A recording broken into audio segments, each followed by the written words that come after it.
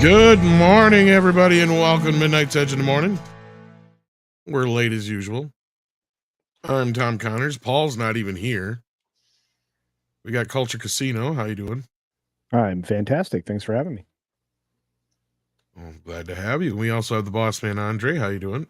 I'm doing good. Out traveling, so sounding a little bit off today, but that's just microphone. So, yeah, doing good. That's usually what happens when you're traveling. So since Paul stepped away, we'll do his intro. Hi, I'm Paul. Well, there he is. I'm getting coffee. Sorry. I'm eating coffee. Hello, everyone. I thought the intro would be longer. Me too. I jumped right into it.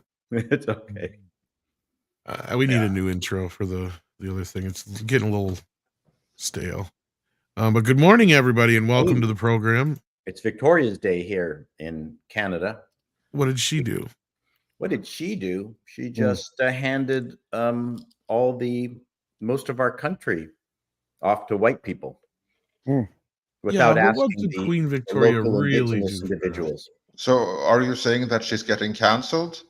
Pardon me, what? Are you saying she's getting cancelled? No. So far, not yet. Not still yet. time, I guess. She was a bit of a bitch. Yeah. So I'm just my coffee's beeping. I'll be right back, gentlemen. It's a lazy Monday morning. Oh, It is. my son just brought. Careful, you nuked up. I did. I didn't put it in my Bucky's cup. How's this going to stay warm now? It needs to cool down. No, okay. Yeah, He's that's warning you. service Your right coffee's there. too hot. My son actually brought me coffee. I love Yeah. how he's acting like he's so upset that he's concerned for you. No, he's concerned about the quality of the coffee.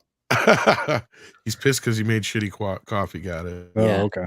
Yeah, that's what it is. What So is it that's like? It's like Folgers. Are you drinking Folgers this morning? No, we grind our own between our ass cheeks. That's what I've heard. Yeah. Brazilian blend. Oh, that's that Lappy Newax shit or whatever, right? And I thought it was the mud water. Whatever it's called. It's what is it? What's the one that's the lemur? That's what I thought the Lappy Newax shit was, or what is it and called? then excretes it from their personal I thought- areas, and then that's Am I turned wrong? into coffee. I thought that was the Lappy Newax shit or whatever it was No. called. What the hell's it called then? No, maybe I don't know what the name of it. That's what I thought it was. Yeah, Okay, that's fine. that was the joke. Yeah, I guess maybe I'm saying the wrong thing. Oh well, who cares? Who cares? Not me. We're Because not. I'm going not to getting more any super subscribers. chats. So Andre, I got to reboot here real quick. Be right back. Certainly. Meanwhile, I get super chats. So let's begin with what you guys have to say. Greetings, everyone who is watching. We have 500 watching right now. Please smash that like, and we'll do a couple of super chats here before we get into the main topics at hand. We have some gaming news. We have some more Doctor Who numbers. They are a real hoot. So yeah, we'll get into that. But first, to get us started here, we have Pack-In Protons, who says for $5. Supposedly, the skeleton crew from Star Wars has toys. Why? Yeah, Culture. Why the skeleton crew from Star Wars have any toys? Do anyone expect those to sell? Why would they sell when nothing else is selling? I would say that Skeleton Crew probably suffers from everything else that is Disney Star Wars, which is a dire need to produce something that'll make them money. They also probably have, or the toy company that's involved in this probably already still has a licensing deal, and they're just trying to monetize anything that may have some interest at this point in time. It so much so that they're actually sacrificing staff members to it. But that's my speculation. I don't know about what Paul would think. Me? Yeah. Why would Star Wars skeleton crew Reserve toys toys? exist? Yeah. Well, again, a lot of these things are under the auspices of something I brought up before, is that once you've got a siloed corporation and you've got individuals whose job it is to do the one thing that they were hired to do, they don't stop doing it because something is a failure. That's not their job. So it requires management to say, okay, you guys stop. Do you understand what I mean? Yeah. So you've got people whose job requirement requires them to, make toys for Star Wars, and so they don't stop. Yeah. About that, Tom, I know that you have previously had information about how certain Teenage Mutant Ninja Turtles projects, because you like turtles, are forced to make these toys, and that's how the movies kind of like make money through licensing revenue and stuff. Should this be such a situation where they really have no choice in the matter? A contract was made years ago, and now they're just living up to their obligations by releasing this, even though no one necessarily thought that this was going to sell anything. Or should it actually sell? What say you? Probably. I could see that because basically what you're referring to is the only reason Mutant Mayhem exists, has a sequel and a TV show, is to fulfill contracts with Playmates for toys that they had set up in advance, I'm assuming, for years contracts or whatever. There could be something similar here. Honestly, I'm trying to remember. I'm pretty sure they did do toys for, what was the other show they had before this that was the little bit more, Ahsoka. no, the kiddier one, Rebels. Oh, But that did come out when Star Wars was still popular, and I don't remember any of the Rebels toys going on clearance. So maybe, just maybe, they're like, well, we can maybe take a chance on this one because it's a kids show. Because that's my understanding. Is this supposed to be the animated one, right? The Skeleton Crew, it's a spin-off of Clone Wars or whatever. Am I wrong? No, I think so. I think it shares like it's the I same. think It's Culture some broke. kind of like same thing, basically, same character. Yeah, I thought it was like a group of clones or whatever. But either way, well, Skeleton Crew is live action. oh, it's live action. I thought that was the anime. What's the animated one they got coming out then? Well, they just had Bad Batch. Maybe that's the one I'm thinking of. That might be the one. Skeleton Crew is live. That's a live action series coming. I guess it is. Yeah, I thought the Bad Batch. I was getting it crossed over with Bad Batch. You know what? I shouldn't even probably be here today. It's Maybe you should enjoy the Canadian holiday. Yeah, I mean, it's this is the one with Jude Law. This is the one with Jude Law in it. Okay, yeah. I have never heard of such a project. That's where I don't care. Yeah. It's probably embarrassing that this is the first time I hear of it, but this is how exciting Star Wars is right now. I thought that The Acolyte was the last live action thing to come. So there's a Star Wars thing with Jude Law. Boy, that's going to flop. Yeah, I mean, it's supposed to be showing up here in the near future. I mean, I'm still bracing myself for The Acolyte in a few weeks here. Yeah, I mean, we've already got like a toy coming from Funko Pop about the Skeleton Crew, or it's an ingot or whatever it is that has been recently announced. They got some other stuff coming out, but again, I mean, you're already basically being, forced into these with these IP contracts that these toy manufacturers sign into, and I think Funko Pops were the last things to make any money, if memory serves. So, but and didn't they have to dump a bunch of Baby Yodas in a dumpster? A bunch of stuff got ruined and shredded and everything else. I mean, but the live action Skeleton Crew is supposed to premiere in December of this year with 8 episodes. So I'm not looking forward to it. I don't look forward to Star Wars anymore, which is sad. I had almost no interest at all in the Ahsoka series, other than just how broken they would make things, and they managed to break things really well. So I don't know, Paul, do you have a take on this at all? Well, I mean, I'm thinking that, yes, I think something has popped into my mind that I don't think anyone has discussed, is that the ennui around all our pop culture products has become a thing in of itself. Right. That if none of this bullshit ever happened, we roll back time and we have a decent Disney set of sequels and the comic book industry is not ripped apart, we wouldn't be obviously we wouldn't be thinking like this. We wouldn't be talking about this stuff. And I'm not even calling it a, let's say, superhero fatigue or pop culture fatigue. Let's call it that. We're now so used to being butt effed, to use the vernacular, that is now the way we think all the time.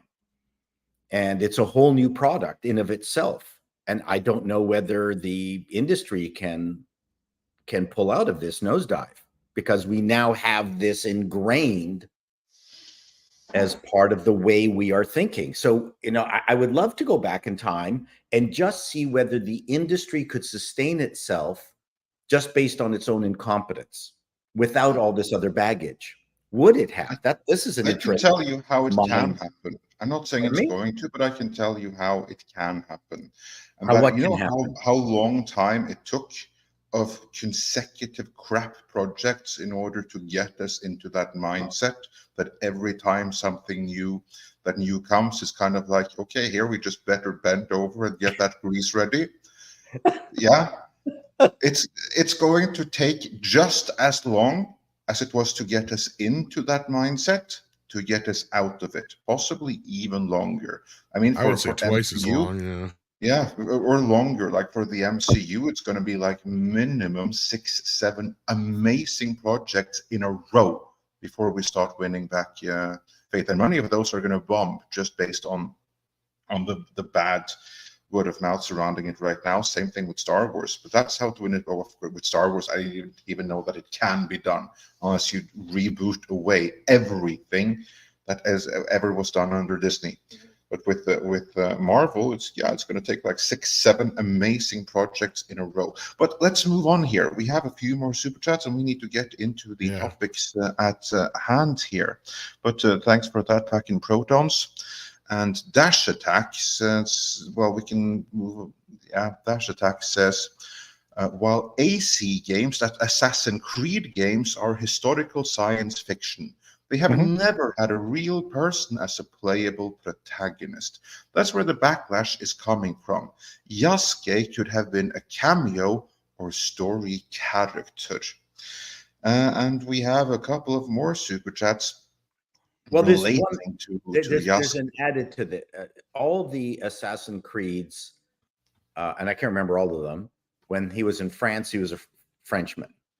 When he was in every single race, ethnic milieu, he was of that ethnicity. This is the first one they've broken the mold. That's really one of the key things that's bugging everybody. Yeah. Yeah, kind of. And Dash Attack sent a membership stream as well, or membership badge comment as well, saying they deliberately broke a franchise staple just to have a playable Yasuke in their game, even when it breaks the rules of the series. And Paul, that's exactly what you were referring to. And I imagine that is what Jason Webster is referring to as well here, saying "Ohayou gozaimasu" to Tom, Andre, and panelists. Now, I'm assuming I just butchered something Japanese there. I'm going to assume it means good morning or something. Hello, mustard? Yasuke. Oh, my Japanese is a little rusty. Yeah. It's from Ninja Turtles 3. I like turtles. Of course, good. We have Tom here. I know that's a deep cut there. Well, it's just good morning in Japanese. So, well, I think it's off. Yeah, well, that's the real version, but yeah, the other one that I said was from Ninja Turtles. Yeah. Okay. But let's use that to get into one of the main topics at the hand here, because the Park Place, they wrote a story that they published on May 17th. Which was just in the aftermath of Ubisoft releasing the Assassin's Creed Shadows trailer. And after that, when they started pre-sales and everything, they can't have gone down too well, because the Ubisoft stock plummeted a whopping 15%. And Tom, we have that story in the private chat. Can you bring it up on screen? And I just want to say that you've heard the term decimated. Now, decimated, that's an old Roman term, and that refers to wiping out 10% of any given unit. And when the share price goes down 15%, well, that means that the company value just got beyond decimated. That's what we're talking about here. So let's get into this story. Which one am I bringing up now? You Yeah, said no, three that's different not ones the here. one. That's not the one. It's the middle one. Make my mind up. Yeah. There we go. No, that's not the one either. That's the top one. That was the It's middle one. Well, which one? I don't know. Well, then it's the top one. I don't know. Aha. There we go. That's the one. And let's just read a little bit from this story, which is courtesy of John F. Trent in that Park Place, saying Ubisoft stock plummeted over 15% after the company released its first trailer for Assassin's Creed Shadows and reported it missed forecasted sales figures. On May 15th, Ubisoft stock price hit $23.35. By May 16th, the price plummeted to $20.02. It went as low as $19, and as of the writing of this article, it was $21. Don't know what it is right now in this moment, but the point here is the stock dropped in the wake of Ubisoft predicting the company will only bring in net bookings of $299 million for the first quarter. And Bloomberg's Daniel Sujic claims that this is significantly down from what a number of analysts were predicting. So basically, what they're saying is that this game right here, one of their two big games for the year, is probably going to underperform in a very, very big way. And it's going to screw them over a little bit. Oh, yeah. Now, Paul, are you surprised to learn of this? Wouldn't you think that a game featuring a black ninja, I mean, how cool is that? Everyone should certainly rush to buy this thing, shouldn't they? I'm more interested in the fact that just the trailer has caused the stock to plummet. The game isn't supposed to come out till November, right?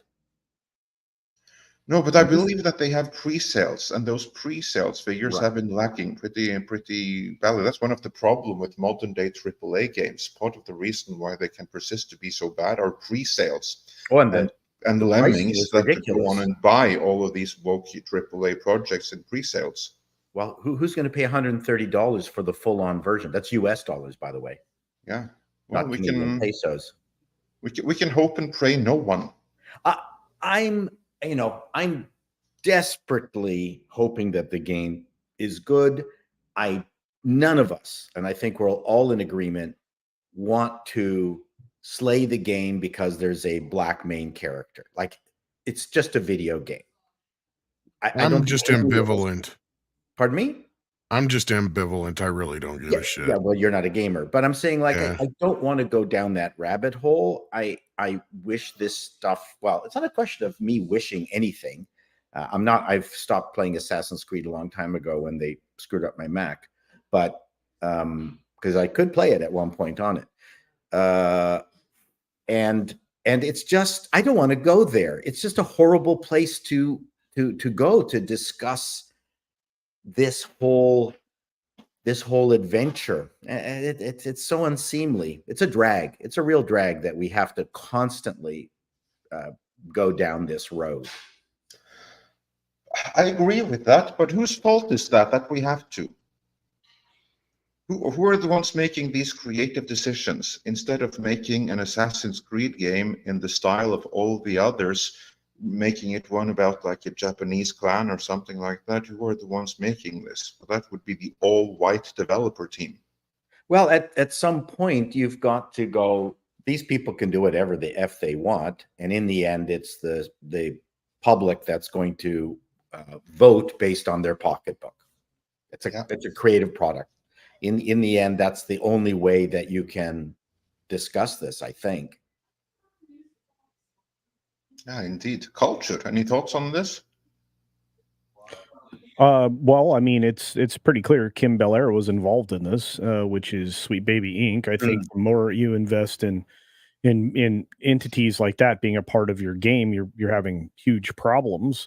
In fact, the minute you bring in all the sensitivity baloney sausage, you're immediately compromising your creative vision.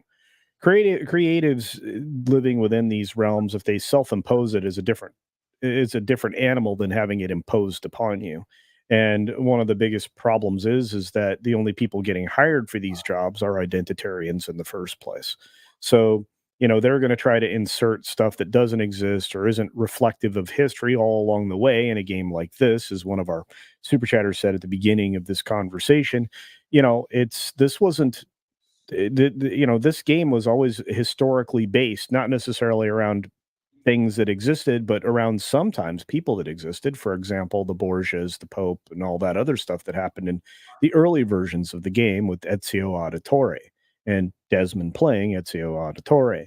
But in looking at what's happening now, there's going to be reflexive action when these types of cultural things hit the marketplace and retail investors realize that maybe this isn't the best place to put my money because these games are going to underperform. I think there's always going to be a cost to pay in viewership, in interest, and everything when you lean into identitarianism. And that's basically what Ubisoft has done at every level. And I'm sure we'll talk about that later. In many ways, listening to some of the dialogue that I've gone through with games that Sweet Baby Inc. has been involved in, it's almost not been the identitarianism that's been the problem. It's their writing is horrific. Well, The that too. dialogue is just benign. Yeah. Yeah. I mean, the writing, the dialogue writing in not Starcraft, the Starfield? Bethesda game, Starfield. Starfield. horrible. I almost said Starlink, but yeah, Starfield. was the name of it. Elon has got a lot of his own problems with rusting Cybertrucks. We don't have to dump on him. Of course, I'd love to talk about that. Only thing I'll say about that real quick is that I would get a Cybertruck were it not for two things. One, they're going to rust in the Norwegian climate. Two, I want one that runs on diesel. Well, and it's not ideal to charge them in Norway either, because when it's cold, it's like a trickle charge. It takes forever. Again, I said I want one that runs on fossil fuel. If Elon Musk can give me one that doesn't rust and that runs on fossil fuel, I'll get me a Cybertruck right away because they look badass. Apparently, rust is a problem. So here we have, we've got these games and Starfield. The dialogue's horrible. It's just terrible. I'm more concerned about the level of writing in these games. I mean, not only are they making diversity switches, they're making the games worse. That's kind of like the issue, because I think that a game featuring Yasuke should have been really, really cool. But here's the problem: it's the wrong project. I mean, a Yasuke game should have been a completely separate thing. I mean, there's some serious effort going on to try to rewrite history and canonize Yasuke and make more people think that he's real, because you already have like an animated Yasuke miniseries on Netflix. And recently, a Yasuke feature film was announced, which I thought was a direct response to the backlash over the Shogun series, because there wasn't enough diversity in it. John Major is available. Accurate. And then came the Yasuke movie. But now with this thing here, this has obviously been in development for a long time already. It's almost like it's like a concerted effort to rewrite history, and I don't know, with the risk. But in the end, it's just a video game. Like, who cares? No, that's what I mean. If it was a Yasuke video game, just a standard like Yasuke, The Legend of Yasuke or something like that, it would have been a complete non-issue. I think the bigger issue here is that they have taken Assassin's Creed, which is an established series with an established formula, and then they have applied that to Japan, and instead of making it a more of, let's call it, authentic Japanese story, the same that they did in the previous games in the Assassin's Creed series, they brought in a fictional version of a historic character, if that makes sense. I think that that would be pretty much the same thing as, let's just say that they had made like an Assassin's Creed Norway, and it was set in 9th century Norway, and it featured the fictional Jarl Earl that we saw in Vikings Valhalla, meaning where they took a historic character and they race and gender bent that Viking chieftain into becoming a black woman, which is what Netflix did. And then they made an Assassin's Creed game based on that character. I think that's kind of like a fair comparison to what's being done here. Well, Take like a historic character and fictionalize it for the game. It's laziness because why? First of all, okay, I'm not complaining about their decision to do this. Okay, I just want to make that perfectly clear. But Japan is a video game nut house. Like, of all the places to do this to, right, is Japan. Probably per capita, the highest number of people play video games anywhere in the world. And why do it there? Like, why? It's just stupid. Why don't you put together the next version of Assassin's Creed Nairobi? And yeah, I know. Let's learn about the history of Nairobi, the colonialism, the getting, or better yet, the pre-colonialism, because that would be much cooler. Because if there's something that's completely missing from history books, it's pre-colonialized Africa. So that would be much cooler, I think, because it's kind of like when you look at like world history, and at least what most people are aware of for Africa, what is it? Well, it's colonialism, and that's pretty much it. There was a pre-colonial history there. Of course, you have to go far back, because long before the Europeans came, you had the Arabs, and they were there much, much earlier and did far worse things. But let's just say you went back to even before then, and you had like the African kingdoms fighting each other, and you had like an Assassin's Creed dealing with that part of history, which is something that is completely and utterly unknown to most people. And how awesome would that be? Yeah, I mean, one of the semi-fun things about the Assassin's Creed series, it's kind of Highlander. You get this new person each, in different eras popping up, basically being the same character. You kind of learn the vague history of the time. They do a fairly good job of squeezing out information. It's probably the only game that does it, and they in the past have been very fastidious about uniforms, military uniforms, weaponry, things like that. And Japan, you've got the feudal thing, and let's learn about a city in Africa that we would not otherwise know anything about.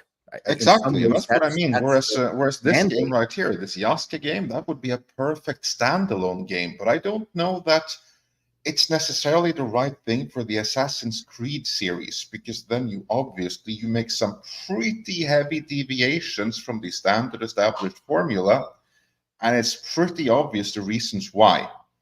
And obviously gamers are going to react to it. Yeah, in the end, it's going to be, if it's a huge success money-wise, then everything that we're saying is moot. It's the bottom line. Yeah, I'm not so sure it's going to be a huge success money-wise. I think it's going to be a big flop money-wise. And here's the irony. I think if it had been exactly the same game, literally the exact same thing, but it wasn't part of the Assassin's Creed series, it probably would have done pretty okay. I mean, we're predicting the future here now, but I just think that the association with Assassin's Creed and the deviation from the formula is going to harm it big time. Well, Ubisoft is a wounded animal anyway, even before this. Yeah. Culture. Any thoughts on this? Do you think that if it wasn't part of the Assassin's Creed series, it would have been all right? Yeah, I just don't think it wouldn't have had the broad appeal. I think it would have been, maybe a AA game or something, and people would have largely ignored it. Again, the only reason it has notoriety is because it's tied to Ubisoft's Assassin's Creed. That's the only reason that anybody's paying attention. So, stripping out this is the same as, stripping out Geralt from The Witcher or something like that. You're stripping away the thing that makes it marketable. So, the minute you pull it out of the Assassin's Creed storyline. And again, I mean, they've screwed up the storyline so badly recently that I think a lot of people have largely walked away. But the first 4 or 5 games were good, and after that, it's been hit and miss ever since. Ubisoft as a company has been producing marginal games for a while. I think if you look at the Ghost Recon series, I think Wildlands was the last good one of those. Far Cry fell far short of what it used to be. It seems like Ubisoft has just been, picking apart the various IPs that they controlled that were popular and inserting a bunch of garbage. So, would this have been successful if it was a standalone game and not associated with Assassin's Creed? No, no, not at all. Well, Yeah. in modern day gaming environment, I don't know any of these AAA games are going to be successful anymore. Not when people now are familiar with Sweet Baby Inks and their likes death grip on the entirety of the industry. And we're about to look at some more examples of that death grip on the industry.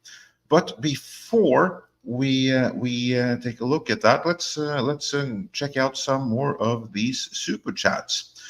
We have a couple of member badges here. Dr. Long Dongler has been a member for 30 months, and we thank you.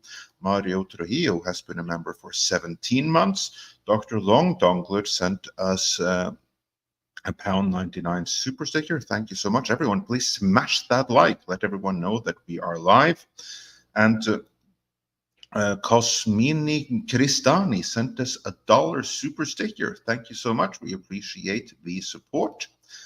And then we have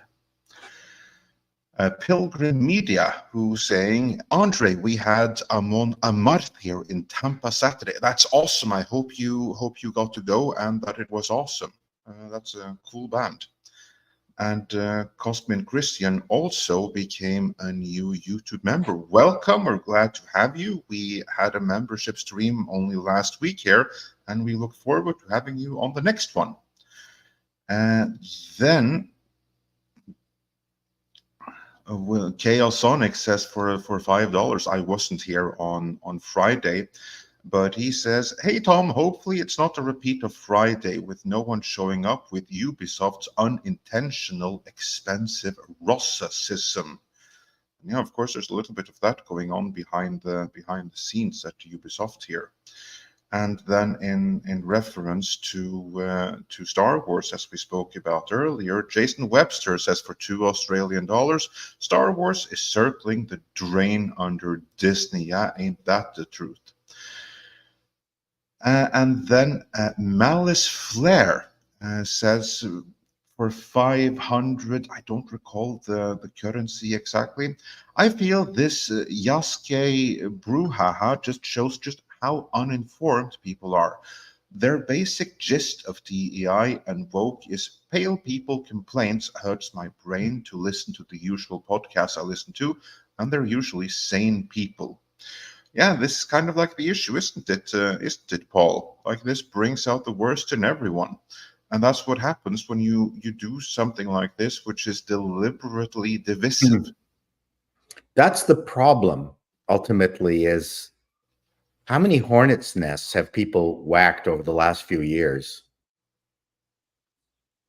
Quite a few. And it's not that anyone wants to do that, but we're kind of like being set up for it. They have a view of what the world should be, and it doesn't include us.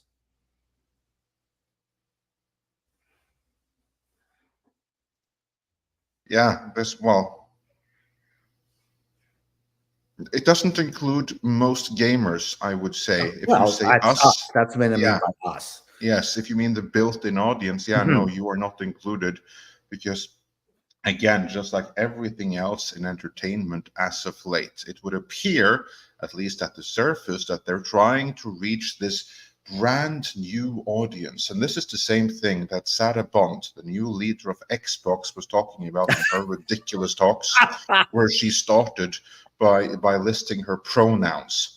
That, yeah, there's billions and billions of gamers out there, and we have to reach them. We just have to pander to them, and then they will be coming. So that's who they're making this games for. But it doesn't seem to be working so far, is it? I mean, where No. are all of these new gamers? How is Xbox not growing? Why is that system on death's edge? And I don't know how well PlayStation is selling anymore either. I haven't studied the numbers in detail, but I also get the impression that even PlayStation sales have started to slump. I would love to see some kind of struggle session where they try to get a room full of women playing Candy Crush to ease them into Helldiver 2.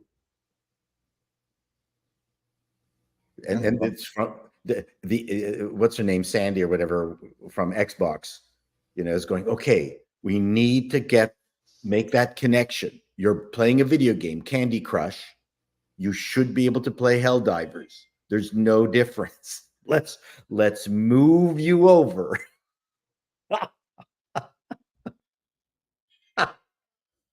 Yeah, indeed. And let's move on with Are you sure there's not a difference between Candy Crush and Helldivers 2? None. Absolutely no difference whatsoever. Okay. I haven't played Candy Crush, so I don't know. Maybe it's an epic game I haven't seen. I hate it when my candy gets crushed. Yeah. Well, I think gamers hate it when their franchises are getting crushed. And there's been a lot of that lately, just like there's been in the... Well, they want the ESG money, and they need it more now because they're losing more money. It's a never-ending spiral of horribleness, right? Yeah, it's funny how that works. In order to, because that's what like this Sandra Bond was talking about as well.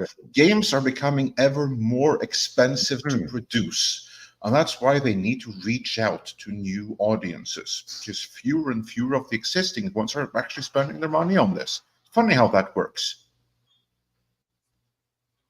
You'd think there was a connection there.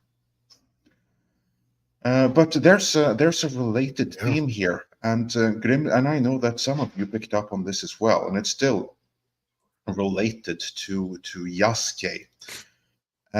Grimzilla says for $10, in the wake of the backlash, Ubisoft admitted they view Asians as white adjacent, and the Japanese are seeing their history and culture being appropriated and revisioned in real time, and Asia is pissed. Now, culture, I know that this is something that you have been covering. What's this all about? Well, first of all, I mean, Ubisoft's missing across the board when it comes to the actual history, and whether you focus on the architecture that Paul seems to think is the minutia that we shouldn't pay attention to, and I think we were talking about it in the back. Hey, it's fine. It's fine.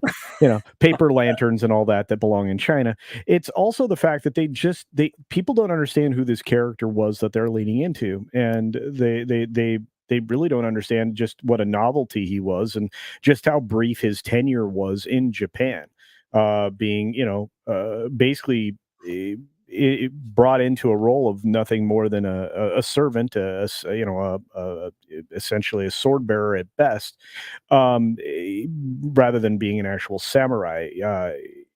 Yasuke was not a warrior, was nothing more than a novelty, and he was brought in by a master that eventually took seppuku as a way out in an honorable way of some other things that were going on around that period of time. But it's the biggest problem is the view of Asians as white adjacent has been coming for a long time.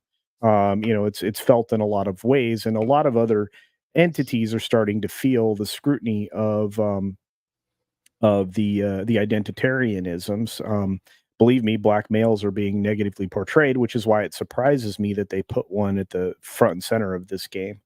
But their history and their culture has been appropriated for quite some time for a lot of different things. And, before there wasn't a need to call them out because everybody understood that, the characters that were portrayed by Tom Cruise and Keanu Reeves were an outside fictional representation rather than an attempt to rewrite history and reimagine or re-envision it for that period of time in the 15th and 16th century.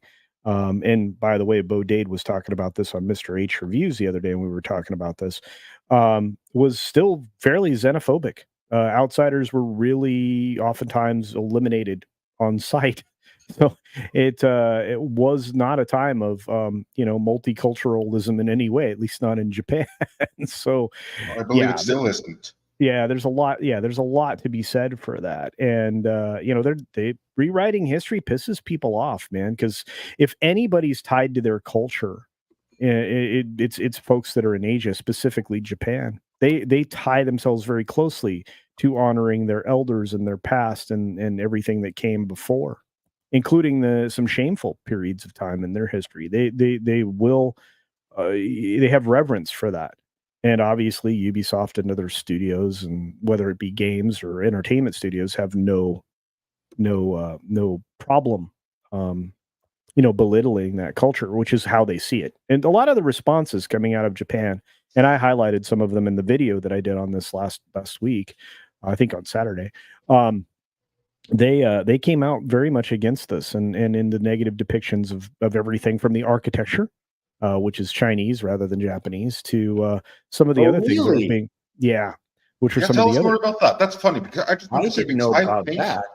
Yeah, I imagine that's kind of like someone mixing Norwegian for Swedish, like from an outsider's perspective. Right. But well, because everybody's for going those to lump involved, it's the biggest thing in the world. Yeah, everybody's going to lump that in with Slavic countries in that case, right? So, but that's even more insulting because that's Northern Europe.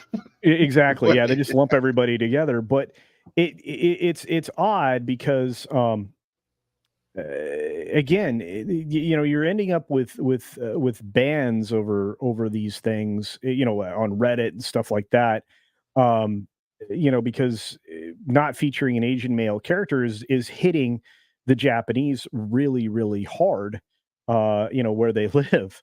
And when you look at what the original plan for the game was, this is vastly different than what was imagined in 2013, which is when all of this all came about.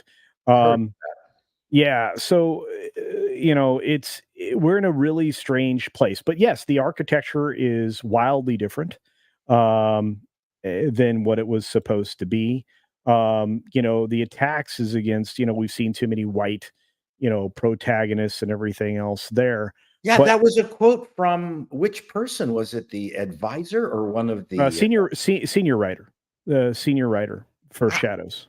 Yes. Japanese folks are not white people.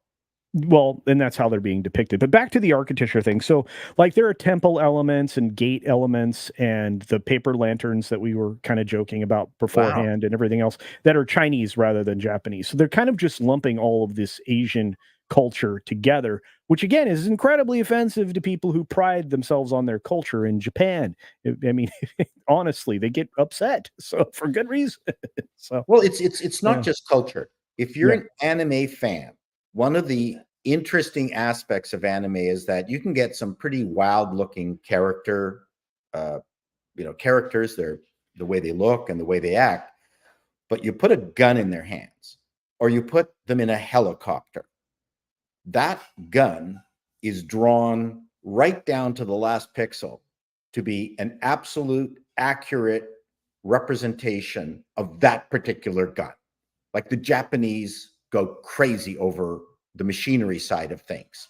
So if you watch an anime like The Gate, which has got cat girls and things like that, the tanks, the helicopters are all 100% accurate from a illustrative perspective to the original machinery, right? And if you do a close-up, it's down to the last bolt.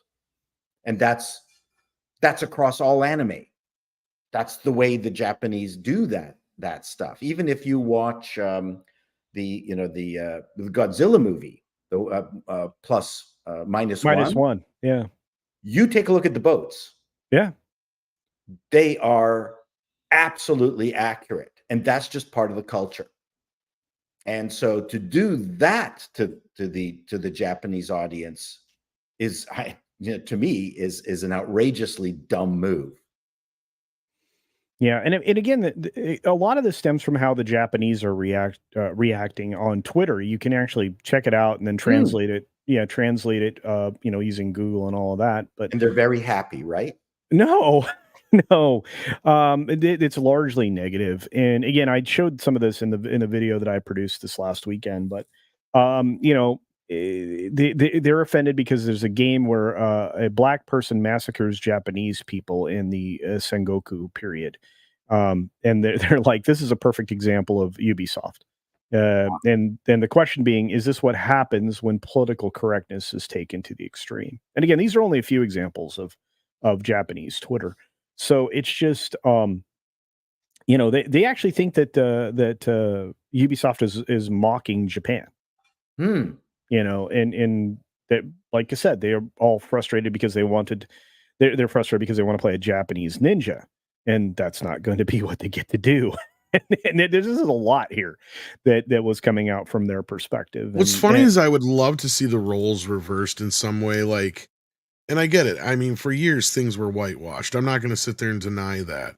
Sure. But I mean, in just the last couple of years, we've seen this sort of thing where they have no problems, whether it's the film industry or the gaming industry or the television industry, with upsetting the original group of people to somehow claim that they're being diverse, right? We brought this up in many, many, many different forms. And again, I think I can understand, I may not be a gamer, but I can understand from the basic point of view of Assassin's Creed is a very popular franchise. It has gone all over the place as far as the historical places it's went and geographically. You have one of the largest game-based countries in the world where they're finally doing an Assassin's Creed in their history. And this is what you do. Not only do you give them, a fake version of this character, this person, there's that nobody's mentioning the sidekick little pixie bitch either.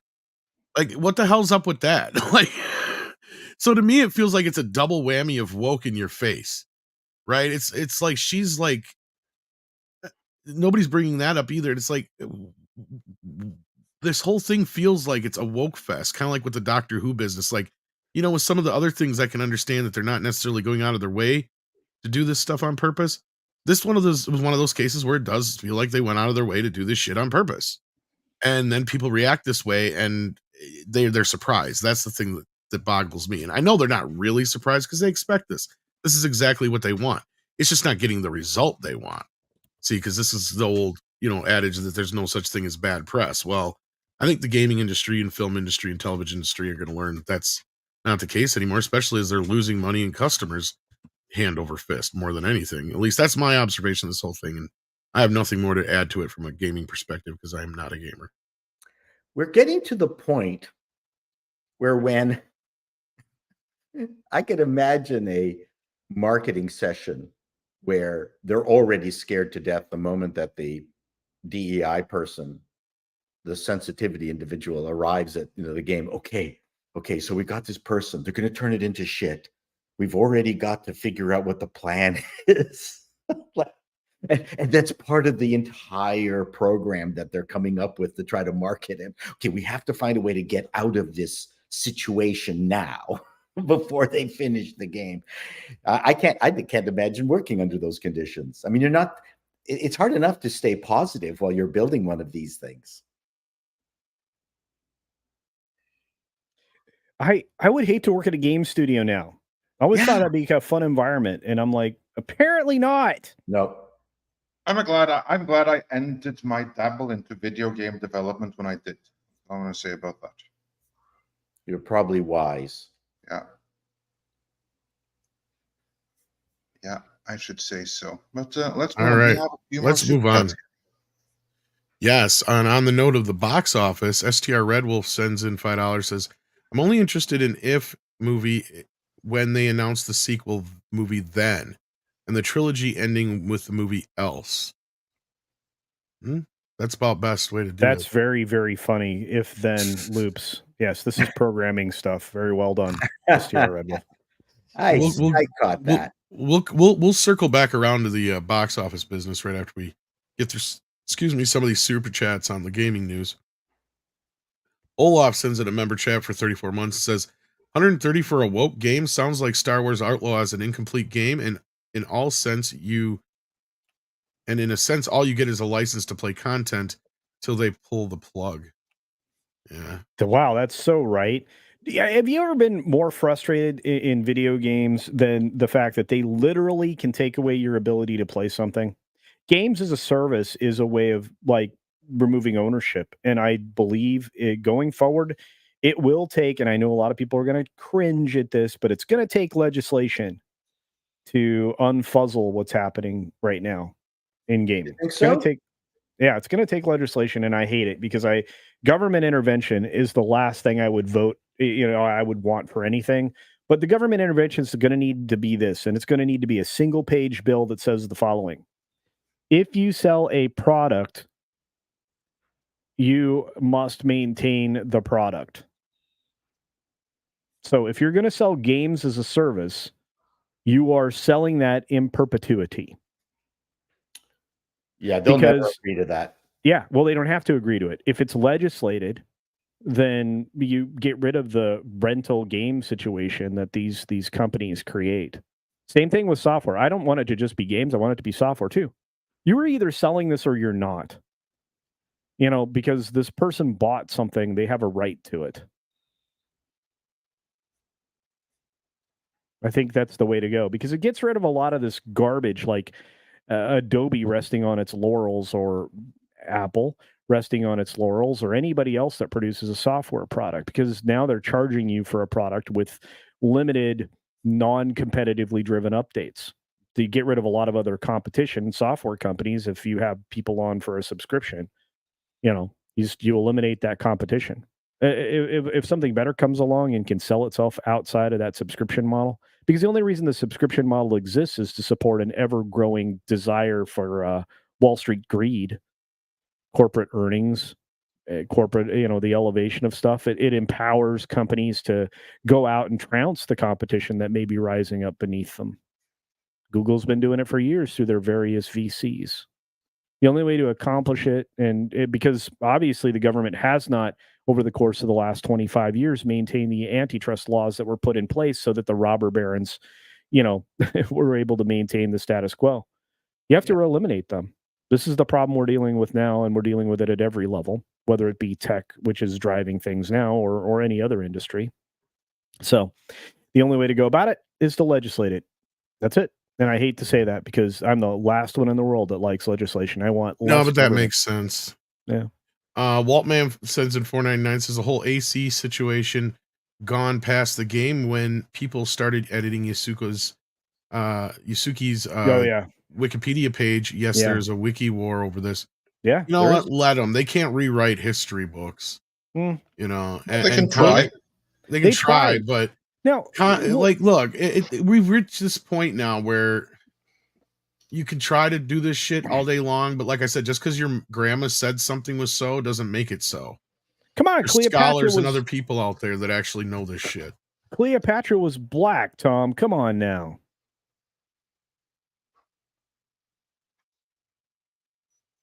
Yeah, and so was Jesus. Yeah, so was Christ. Yasuke. Yeah. So were the, well, look, I mean, it comes down to something broader. Again, you've had people trying to recreate this character and this person in a characterization that never really existed.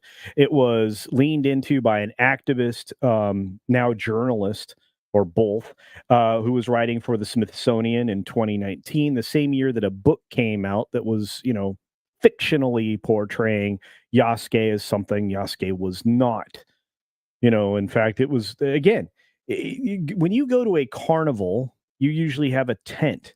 And whether or not this is politically correct, you had a freak show. And for the purposes of descriptives, in Japan at that time, Yasuke would have been that kind of an oddity in that culture at that time. Sorry. I'm not saying that person was. I'm saying that that would have been the expectation of the reception that he would have gotten. So again, the 2019 book led into a Smithsonian article that was not researched at all and just inserted a lot of things that weren't possible. If I were a historian now, and this kind of leans into the terrible storytelling in the Indiana Jones film, I would love to travel back in time with a time machine and observe these things myself. I think we would learn an awful lot. I think we would, because our perceptions are always written by the winners, but at the same time, at least we'd have an accurate portrayal of people and their actions. It would be so awesome if historians had a time machine just to be able to go back and not change anything, just to witness. That'd be so cool. Yeah, I think Elon's working on that. Yeah, probably. Probably is. Pablo Papano sends in 2 and says, Paul, it's as if you learn nothing. Oh. And I don't know what that was about, but Butter Biscuit adds in, Paul's Who Cares? It's a video game. It's the reason culture's been hijacked by crazy people today, and why so many are tired of it and see the DEI. Yeah. Right. But in the end, they own the property. They can make the decisions, and then we vote with our wallets. I can't, there's and that's the beauty. All we have to do is vote with our wallets against it, which gamers are doing. So that's pretty sweet. And I'm saying I'm all for voting against this game. I'm not for the game. Don't mix those two things up. Yeah, no. Paul said nothing of the sort. No. And Chaos Sonic says for $5, Andre, there's also the price for the game, $130 for the full game. Beep that. Yeah, that's what I mean. $130. That's a lot of money to write for this rewrite of history. And if you're into that, go for it. And if you're not, exactly as Paul was saying, it makes it so much easy to vote with your wallet at that price point. Okay, just to clarify, because so many people are giving me shit for my rewriting history point. My point is, if you think a video game is really going to affect enough people that they really go off thinking that that is the truth compared to actually doing real research and looking up evidence, then I think we're overselling this a little bit. That's where I'm coming from. Well, but hang on, Tom. How many people do you know will or have time to research these very minutial details of these things? And is it really a life death situation here, though? I mean, it's a battle of incrementalism, though. I think you don't understand that. I mean, it's one of the way that the extreme progressive radicals have pushed things forward. I mean, that incrementalism is how things are forced in their direction. You get the problem is it's the slippery slope argument taken to its next part. Right? The things that they said would never happen back when Paul Chato was fighting for, people's equality of different things that he loves to talk about, and I commend him for. There were people that were there saying, you're standing on a slippery slope. Well, it'll never get to that. Well, look at where we are today. Good point. So, and again, please don't look. The most stressed out I get over game is the fucking monkey won't quit throwing barrels at me. That's the most stressed out I get over video game. I'm sorry, looking at you guys getting stressed out over a game that goes bing, bing, bing, bing, bing makes me go, Jesus fucking Christ. What the hell? Sorry, that's why I've been like this the last few days. It's like, are we seriously going on and on and on for fucking days over a goddamn video game that 12-year-olds are going to play mostly? Like, really? And in 2 weeks, nobody's going to care. Like, it's just, I'm sick of it. Sorry. I really am done. Okay. Yeah. Well, it's not for everyone. But we have more super chats because many people that really, really do care about this, even though not everyone does.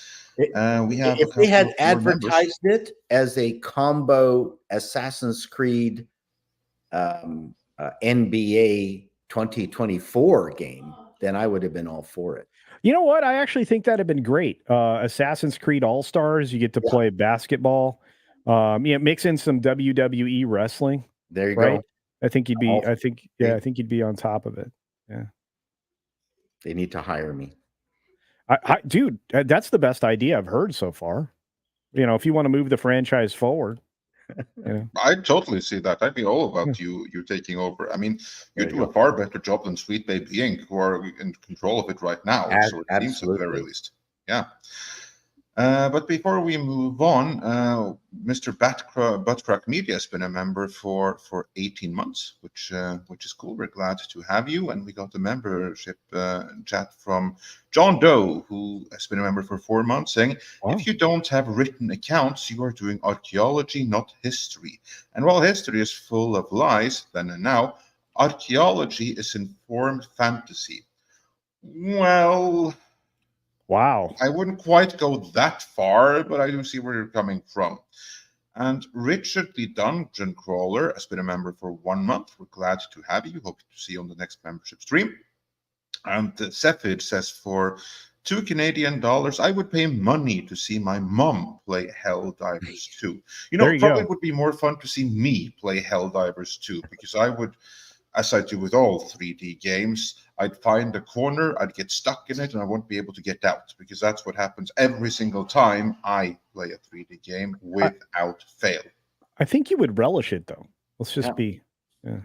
I don't even know what kind of game it is. One of the mistakes people make when they start dealing with, Japanese feudal history and let's say Viking history, where real annotation is slim and far between, right? The mistake that people make is that they're searching for a specific truth, when a lot of that history behaves more like Heisenberg's uncertainty principle, in the sense that based on our overarching knowledge, these 3 things, I'm just using it as an example, are more than likely to be the truth in this particular case, but we cannot assert which one of these 3 is the correct answer. But we can say these 3 things are within the bounds of credulity.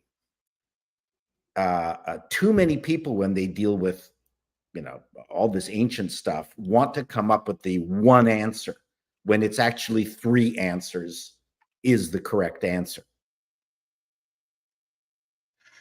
Yeah, that's a good point. But not everyone agrees with your points. Chaos Onyx says for $5, Paul, comparing a shitty cat and puzzle mobile game like Candy Crush to an alien shooter like Helldivers will get you enemies and people will make fun of you. I didn't compare them. I'm just saying we need to find a way to migrate people from those shitty games to the good games. That's all I'm saying. And that's the whole thing that, for instance, Xbox are trying to do, to migrate non-gamers into becoming gamers for Xbox by pandering as hard as they possibly can. Let's see how that strategy is working out for them. Yes. The Karen version of Helldivers 2. Yeah, exactly. Like to complain to the manager. Yeah. Packing Proton says, and Tom, this should be to your liking here, something you can relate to. Packing for $10, this American thinks there's nothing more frustrating than seeing a Chinese actor playing a Japanese character. Yeah. There is a difference. Teenage Mutant Ninja Turtles has only had 1 Japanese splinter, sadly, and he was the best. Tom, liking Turtles, is that a point of view you would agree with? Yeah, just my whole point is like, the difference is in 20 years from now, who gives a shit? We're spending fucking a week talking about this thing. The same game that I'll never fucking play. And I haven't played 10 of the last ones. I'm just tired of it. This is not what I signed up for. I'm not disagreeing with you. But, again, what was it? The Last Geisha? What was the movie? The Last Geisha or something like that? Geishan Memoirs or some Memoirs of Geisha? It actually was just all Chinese women were cast as geishas, including our favorite Chinese martial artist was in it. Michelle Yao? Yeah, Michelle Yao. And I was horrific. because they weren't Japanese, and anyone who knew anything about it could easily tell they weren't Japanese. So you kind of get this racist vibe where some American producers went, "Oh, Americans won't be able to tell the difference." That just weirded me out. Yeah. Well, Americans Memories will of be a able to tell geisha. that we got a real Mexican Iron Man on the Here we stream. are. How's it going? Yay! Hey, Hey. Mikey. Hey, Ultra. I heard we're going to talk about Assassin's Creed for the next 2 hours. Am I at the right show? Yeah. Actually, we're just about done. Oh, But yeah, you come came on, right in time. Tom. Did he leave? Oh, come on. Did he actually leave? Is he backstage? I can't see. Yeah. Well, Tom bowed out to go So let's check move out some on. Ninja Turtles. Let's do the box office. I'm tired of talking about Assassin's Creed. Yeah. Well, Culture, do you have the box office news? You are muted. Of course I am. I said, of course I do. Of course I am. Yeah, of course I've got the box office right here. And you have it right now. We've got a weird box office, and we should probably hit the stinger for the box office. But yeah, If did not do good. It did when or how or why. If was more why than anything at a $35 million unupdated number, which we know is not a round number, but it's going to do somewhere around 35 million in over 4,000 theaters. Globally, it didn't perform very well, but internationally, it really is only in 3 of the 10 biggest markets. So this was quite a disappointment, staying just barely ahead of Kingdom of the Planets of the Apes, which fell 55% to $26 million this weekend. Looking over If, you can find that it did a grand total of 59 million global. Not a great performance. The film itself wasn't marketed well. Kaylee Fleming is the best thing about it, the little girl that's in it. Ryan Reynolds is a little less Ryan Reynolds-y, but still Ryan Reynolds-y. And John Krasinski actually did a good job of playing the father character. This was Louis Gossett Jr.'s last film. He did the voice acting talent of the bear, the teddy bear that's in it. And Phoebe Waller-Bridge, believe it or not, you wouldn't know she was in the film unless you recognized her voice. She should just be a voice artist. That's all she should do. She should never write anything. She should just be inanimate objects, and she'll do fine. Other than that, this was a disappointing start for another summer weekend. We officially come up on the open of summer this coming weekend, Memorial Day weekend, where Garfield will open. But Kingdom of the Planet of the Apes at $26 million this weekend puts it at a total domestic gross of 101 and a global gross of 237, which is not bad. My guess here is that this film will stay just under or right at $400 million, maybe a little more, and will struggle to get any higher or to make a profit, despite the budget that was a little bit more rational than most budgets around these types of films. Lionsgate's soft opening of The Strangers Chapter 1 puts it in line with some measure of profitability if it can hang around for 6 weeks. The Fall Guy continues to disappoint, falling another 38% to $8.4 million in its third weekend. This film, I don't know what to say. It deserves better than this at $128 million globally. It's not even close to recovering its budget. Mike, I know you see films like I see films. Have you seen The Fall Guy? No. Okay. It's a good movie. I know. I mean, That's it's why not- I didn't see it. You said it was good, so I figured Culture can't be right. I'm not going to see that. It's not a great movie. I'm kidding. It's a good movie.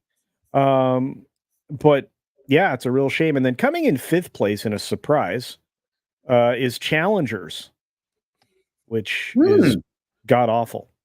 Still there. Which is surprising, but it only made 2.9 million. Look, Challengers likely won't make a profit, but it will be a release that Amazon can point to. That means that they really are going to be a studio going forward. If you look at the global earnings, it's at $78 million. It really internationally isn't performing You can always tell a woke film when the international numbers are lower than the domestic numbers. And this one's really woke. I tell you what, China will not be interested in this at all. Speaking of which, China box office fell off substantially, and the Fall Guy flopped there as well. I think the unrest in China is affecting the box office. Where's over there. Furiosa on this? It's not open yet. It's Yeah, open that's here. coming this weekend. Yeah. Oh, it's open here. Yeah, you have Garfield, Furiosa, and something else this Memorial Day weekend here, and you're having a holiday weekend right now, Paul. Yeah, that's that's why right. you got it. You got it early, which did. means it's probably out there to pirate right now. Oh, So right. that'll affect domestic box office, I would imagine, if people think it'll be good.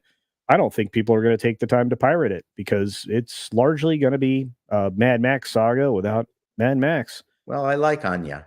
Anya's fine. Did you go see the movie? I was going to see it this weekend and I pooped out. I just lost energy. Understood. Well, Back to Black, which is the last film I'll mention for now, is the Amy Winehouse biopic for $2.8 million. That's a fizzle of an open, especially for something that you would think would be pretty big. It only opened in 2,000 theaters, so maybe it suffered from lack of exposure. But she is portrayed as the bad guy, and it was authorized by her family, the estate. So kind of wild. One last thing I wasn't going to mention, but I will anyway. Godzilla X Kong continues to sustain itself in the box office, earning nearly as much as Taro. I mean, about $300,000 behind there in 1,700 theaters. It's closing in on a $200 million domestic number and is not very shy, about $67,000 shy of a new milestone. So I have a feeling that this could get to 600 million global if they keep it in theaters. So we'll see. Anyway, anything else you want to talk about the box office? They should be happy with that. Any comments on anything there? Yeah. Mike, have you seen any of these movies? It's been a while since I've seen you. No, I have been tied up doing shit. Well, I saw Godzilla times, but that was a while back. No, I've been tied up with family and other crap. I have not been a good movie goer. I should be fired from Midnight's Edge. No. Oh. Yeah. Well, the culture he answered for all of us right there. So yeah. No, I Only haven't. so many hours in the day. There you go. Yeah, I've been tending to other activities. Well, good for you. A little diversity in your life is helpful, Mike. Right? Yeah, in fact, I'm the only diversity on here. These movies weren't made for you. Hey, Mike. Are you assuming my melanin? I don't know what to do. I just think it's fun. Anyway, I like you said, I don't know what else. I mean, the box office is not recovering, folks. Or either that or they're not producing movies that anybody's interested in. What do you think, Paul, as a former network executive? I just know network TV. I think that there's enough problem with the networks creating stuff that people want to watch. Forget about the movies. Right. Yeah, I think that's largely the problem is people are forgetting about the movies. Tom, you're my only movie-going buddy, apparently. Everybody else has given up. Well, I mean, if is a sad state here, I'm looking at it. We kind of had this conversation yesterday. Yeah. If they hadn't spent so much money on it, just like Fall Guy, this opening would be a decent opening for a movie like this. Okay, so Tom, I got a question for you. This is like I know that I haven't seen any movies, but I have been aware that of the movies I haven't seen. I was not even on my freaking radar screen, number one, and number two, it didn't even pop up in my suggested feed on my Fandango. I'm a Fandango premium, the Fandango app thingy that I use. Right. It wasn't even there. I'm like, is there no money being spent in marketing, or is like this movie being suppressed? Like a guy like me should have at least heard about it. I'm the father of an 11-year-old. I go to the movies all the time, except for the last 4 weeks. And I never even knew this thing like existed until like 3 or 4 days ago. How is that I don't possible? know what they were doing with the marketing on this, but like the Ungentlemanly Warfare game, this was horribly titled. It should have been called Imaginary Friends. They shouldn't have spent so much money on the special effects. Like I was asking Culture, I mean, and the guys last night, although they said there was a lot of special effects in it, I was like, well, is it really something though that they probably couldn't have dumbed down a little bit and used like Jim Henson crew for or something like that? You know, to maybe bring the cost down on this, because that's the problem we're looking at here. The Fall Guy, if these movies didn't cost so damn much, 30-40 million dollars is a good opening weekend. Yeah. And should be sending you towards profit quickly.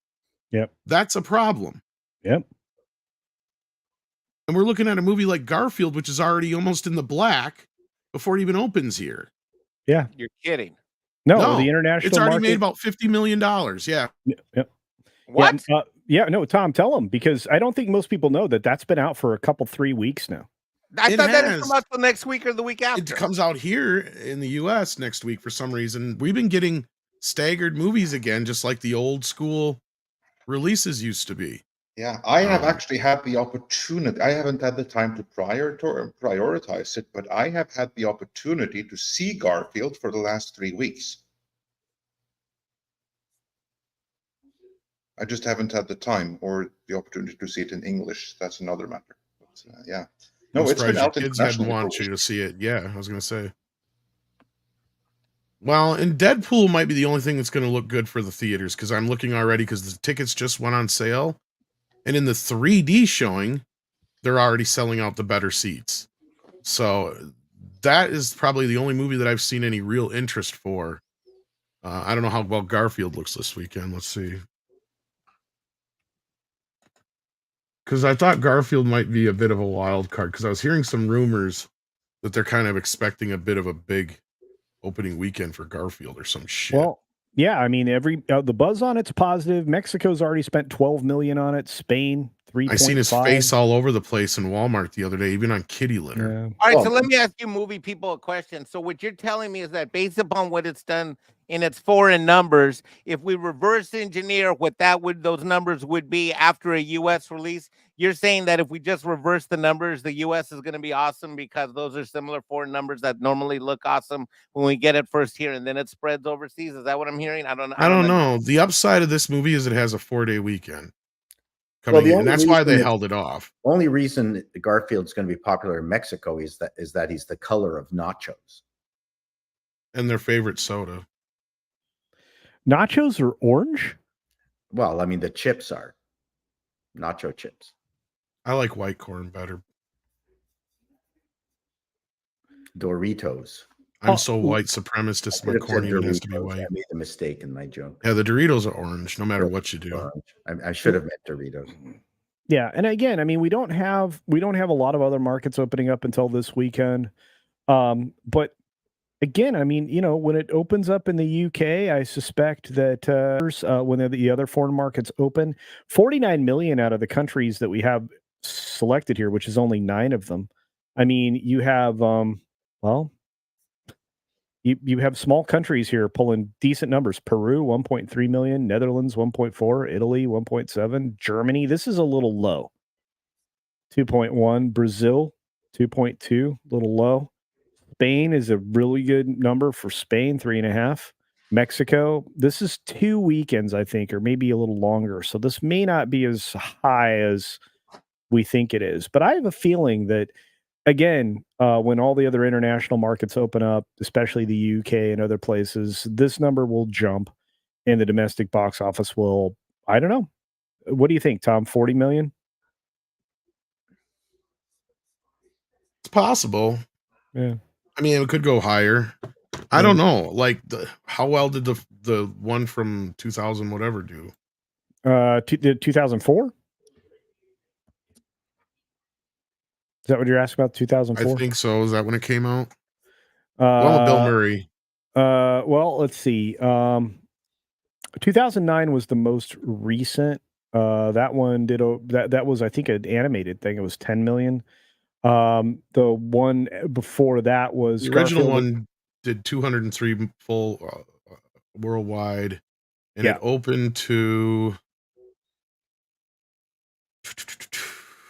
looks like 21 million its opening weekend in June of 2004. Yeah. So, And that was a completely different look too. This is a more right. cartoonish look. So Oh yeah, I, yeah. I don't know. I think it'll do okay, but we'll see. I think 40 million would be a good open for Garfield here in the States, but it might be more. For Sony, it would be because that would probably put him in the black. What was the budget on this thing? I can't imagine it was that much. I don't know. Did we get a budget? It's not sticking in my head. Yeah, I don't know what the budget is. 60 million is what I got here. That's cheap. If that's man. the budget, then Nah. Sony gonna make back the money they just lost, I think, on Web.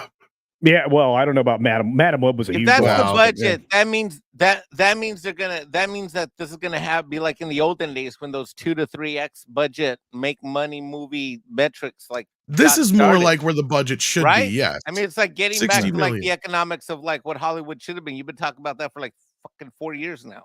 Yeah. Right? Because they'll sell some suction cup Garfields off this, trust me. They'll make a few bucks. Yeah, I think merchandise will definitely kick up. Plus, it has Chris Pratt in it. I mean, everybody loves Chris. That's Pratt the only now. thing turning me off of the movie. I mean, my kid and I kind of were talking about going to see it. And what killed it was somebody went and did an AI version of the trailers with Lorenzo Music's voice, and it works so much better. The problem is Chris Pratt just doesn't have the Garfield tone. They should have got Stephen Wright or somebody like that. He's got the attitude. He can act. Yeah, but he's just too much Chris Pratt. Nah, I don't know. He's too up. Garfield is very low. Like you need like Stephen Wright. You need like somebody who has that deadpan. Stephen Wright would have been the perfect choice. Like, yeah, exactly. Like he should have took over for Garfield the moment Lorenzo passed. Who's the British fellow that's funny? He's super tall. Gosh, he's wrapping up a show. Yeah, he right was now. working with Ricky Gervais. Yeah. I know. Crap. That guy. I think I know who you're talking about. Yeah. I don't know about a British guy doing Garfield, but yeah. Why not? Well, but I don't know. Okay, I mean, I'm maybe. sorry. Hugh Laurie does a great American accent. So I'm, in fact, most of the Brits can do great American accents. Well, Hugh Laurie would have even been a better choice. And it's nothing against Chris Pratt. I love Chris Pratt. Yeah. It's just kind of the same thing with Mario. The problem is I'm hearing Chris Pratt and not Mario. And I'm not hearing Chris Pratt or Garfield. I'm hearing Chris Pratt. He's just too big of a star now to me, I guess. Stephen Merchant. Stephen Merchant, that's he would have been all right too, yeah. He's very tall. And he's very funny, man. He just I love that. Killer funny. Oh, he's genius. Either way, the movie's going to do fine regardless. So, I mean, it looks like it is. For Sony, hopefully they need it. And if they only spent 60 million on them, good for them. Yeah, Garfield is kind of like a Minions movie. If they do it right. I don't know if it'd be that big, but yeah, I see what you're saying. Well, I mean, just in terms of, you do it right, do it for the right price. You know, it's the one thing that Garfield was never known for was merchandising, though. Yeah, that was my whole joke with the suction cup dolls. Like he sold more of those than anybody. The complete diametrical opposite of Calvin and Hobbes. Yeah. I got to give him credit though for never cashing in on that. But I wish we'd had Yeah. But I wish we'd have had a Calvin and Hobbes animated special or something. Just something. Well, I think Garfield overdid it. No, you're absolutely right. He was the opposite of Garfield. I swear he must have just looked at what Jim Davis was doing with Garfield and he's like, nope, I'm not doing that. But I remember one of my all-time favorite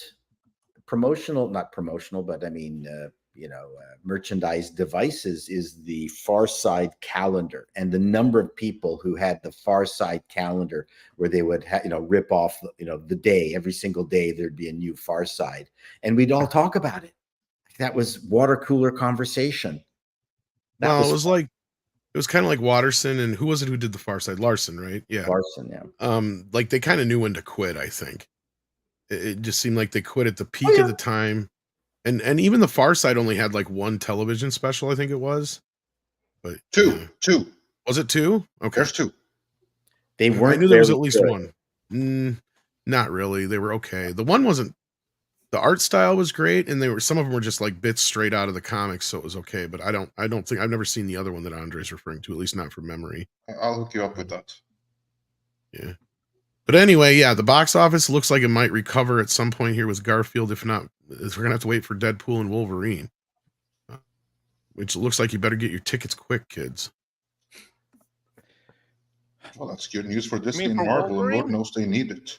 Yeah, because I just looked and all the good seats are getting bought up already. I'm going to tell you right now, word of mouth on that film is going to be incredibly important.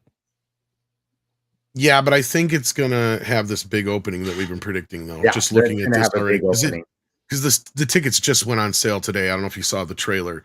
It's kind of one of the lamest trailers they've done so far for this whole Deadpool campaign, because they shot it obviously just before the interview they did with this other lady, just to announce that tickets are on sale as they start to ramp up the campaign for this.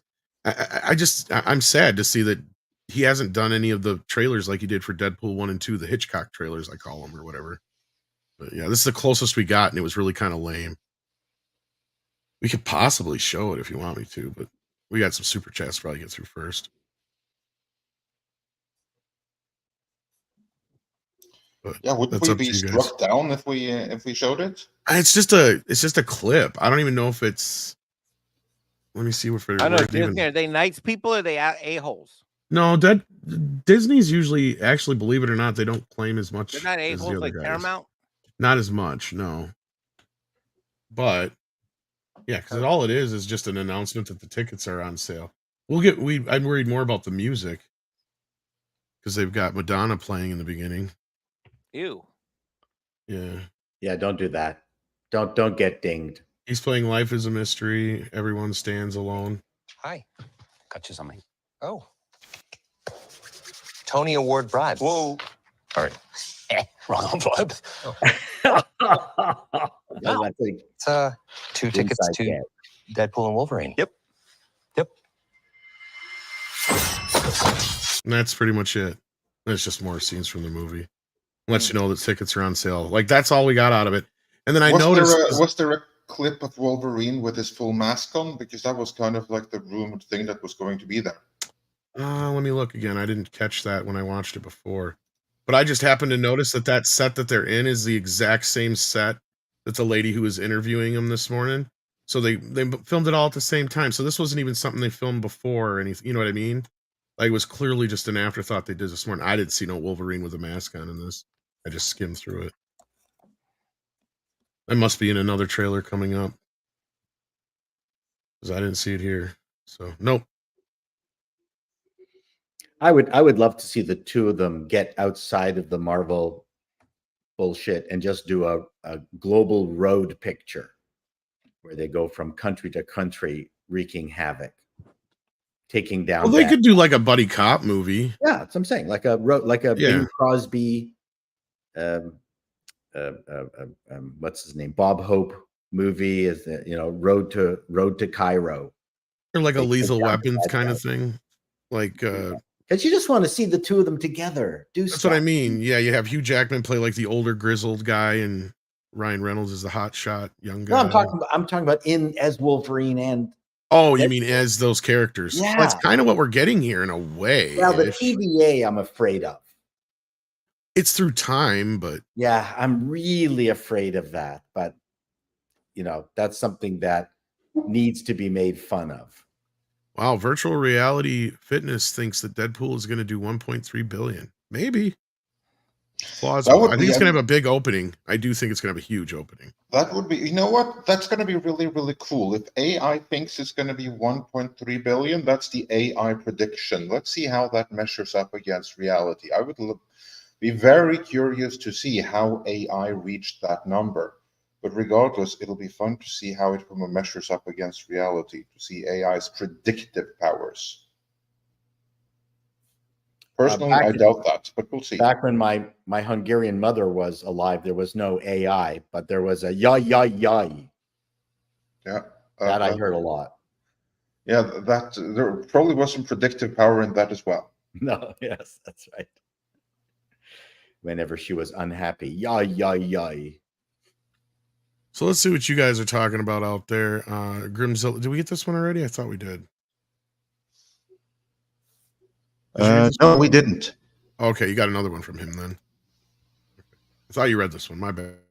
Yeah, no. Grimzilla for $5 says Ubisoft also says Yasuki is, quote, fighting to save Japan from its oppressors. What oppressors themselves?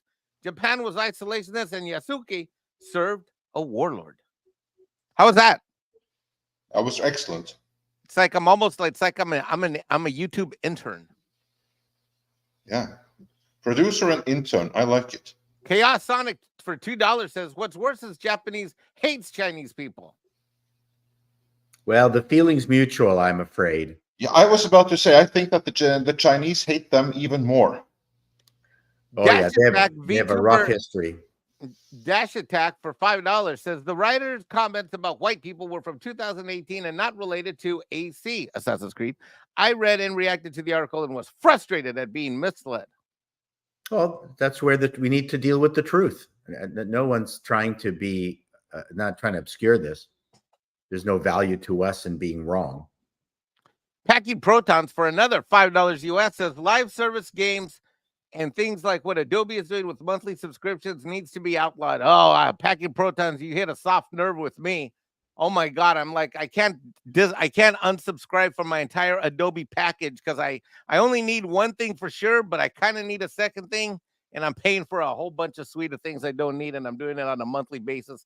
And when I multiply the $55 a month times 12 months times God knows how many years, good God, I miss the days where I had a CD where I only got partial patch updates. Yeah, Mike, you weren't here when I went on my rant about this, but I think software as a service needs to be eliminated legally forever. Was that your rant? That doesn't sound very ranty. That sounds very monotonic. Well, this time before I was a little bit more emphatic and animated. Right. I was at the ground floor of every piece of Adobe software to the point where the person who invented PostScript actually gave me his copy of Adobe Illustrator, which I still have in a box downstairs. Oh, wow. Because it's super nerdy. And I'm completely off of every single Adobe product. If you need a hand, I'll show you how to do it. I got the newer one, but I don't think I got the newer one, but I hardly use it. Yeah, get off of Premiere, and then it's easy to get off of everything else. All right, when you come visit me, Paul Chato, that's going to be okay on our bucket list of things to do. Sounds good. You have to detach yourself from Adobe entirely, and it's not hard. That right there will save me $600 a year. There you go. $700 a year. I'll take 300. Wait, what? No, wait, what? No, you're the one. You didn't stop this from happening in the first place when you got the Adobe CD-ROM. You're the. I should build. I'm going to charge you for all the money I've been paying these bozos. You could have ended it back then. Next super chat. I'm on a roll today. Oh, you want me to click it, or are you going to click it? I got it. 32 flavors of Nick Weiser for $5. Hail Midnight Stage panel and chat. Andre. Many moons back, you mentioned you were working on a cool movie movie metro. Oh, yeah. Do you still plan on making this video? I do. It's coming after the Red Sonja retrospective, and that is coming when we know a little bit more about the release frame for the new Red Sonja movie, so I can address that without aging that retrospective horrendously, but it's about 75% written. The thing with those retrospectives is that they take so much time to write and research, and they don't get any more traction than any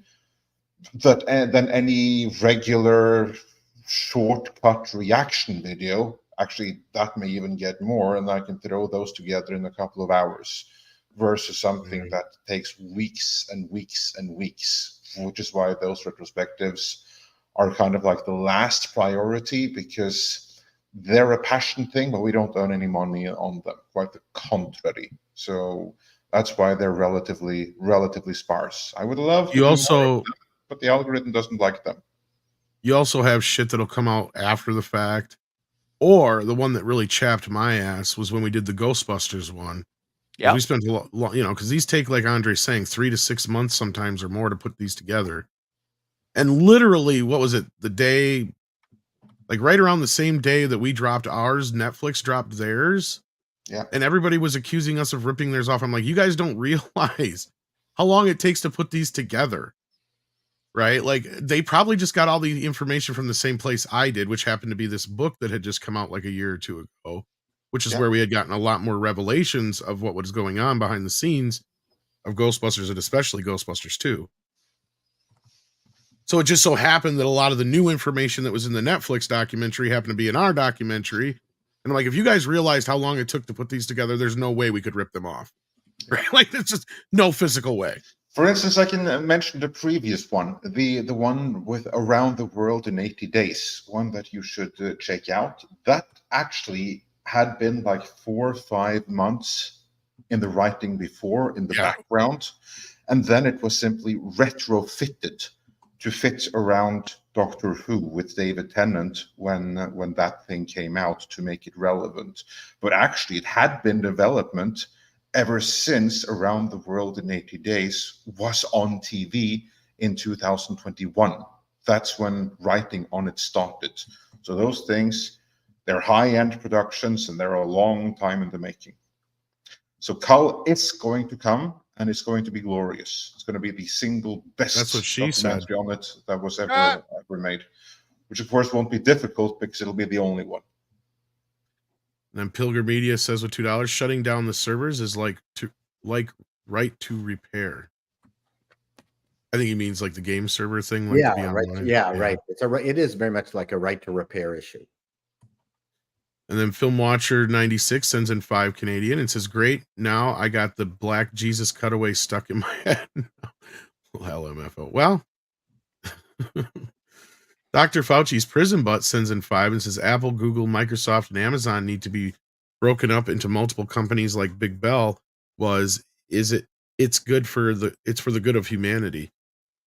But that's a good question. Do you guys think that these companies specifically here are too big for the britches? Well, it's more of a statement than a question, but I think it's a statement that I certainly am in agreement with. Yeah, well, I'm presenting the question to you guys. Yeah.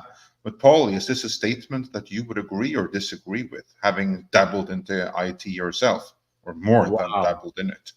The problem right now is how integrated these companies are with their online service. So, for instance, people don't realize what percentage of Apple's income actually comes from iCloud and rental services such as iTunes. They're very much known as a hardware company, but companies like Google and Microsoft and Apple are now making much more money from dinging people for a monthly service. So, and all their software is utterly integrated. So I don't know how you would break these companies up. Like a company like Microsoft, yeah, you could, in theory, say, get rid of Xbox. You got to hive that off. Their server division should not be part of their desktop software division. You could make a case for Microsoft having to be broken up. But in the case of Apple, I'm not entirely certain you could. Actually, here's the thing. Well, Amazon. Sorry, carry on. The culture. Your turn. No, all I was gonna say is you can absolutely break them up. You know, and in first and foremost, you start with removing the requirement to use their marketplaces, and because they're yielding what 1/3 of their total revenue from the Apple Store. Yes, the online application area. That's garbage. So yeah, I think you could really easily do that. You could break them up from hardware and software, and you know what? One will have to pay the license to the other for utilization of those things. It comes down to how interdependent are they. Apple would be super easy. You could break devices from software. Yeah.